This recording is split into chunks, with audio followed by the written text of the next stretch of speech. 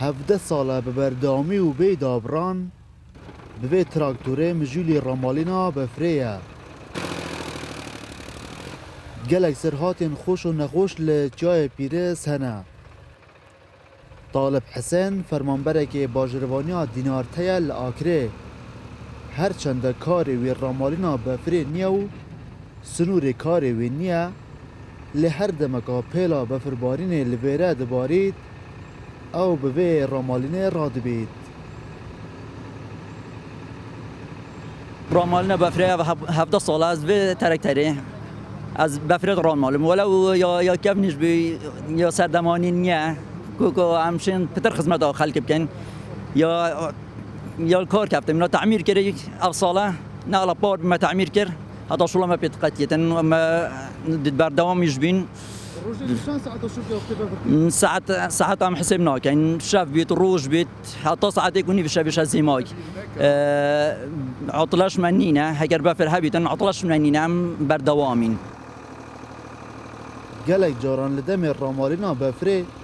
جانا وی کتیا دم ترسیه دا لی او خوشه به وی کار دبینید و زدتری همی ورزکی حجزستان دیگه و سالانه او چاوره هاتنا پیلن بفرباری نیه.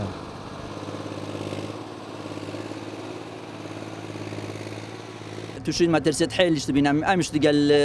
شفير الديكا زور جرافه صفر دست من شو داري الرين ما بخلكي خاصة كنت بدا صمال بشتي بفرد بدا صمال عرت جامد بدا طاطا كشين ما ترسيك زور السر خلكي هاي مالي ورحاوش زور سيارة دعمت بن ليرها چهار پلن بفربارین تانوکه بلندهین آکره و گرتیه زیدتری 1 متر افساله بفر باریه. چهار هلاهاتی هلا اولی 10 سانتیم تقریبا و پشتینگی 15 سانتیم هلا سی 6 حتی 65 سانتیم و نوکه 25 سانتیم تشوی بیجی صد حتی 110 سانتیم هاتی و چای پیرس لچای پیرس کو سنور آکره و مرگسوره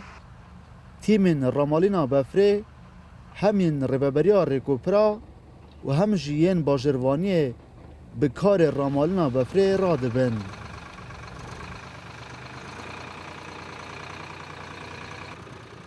دلبرین غازی کرسات نیوز جای پیرس آکره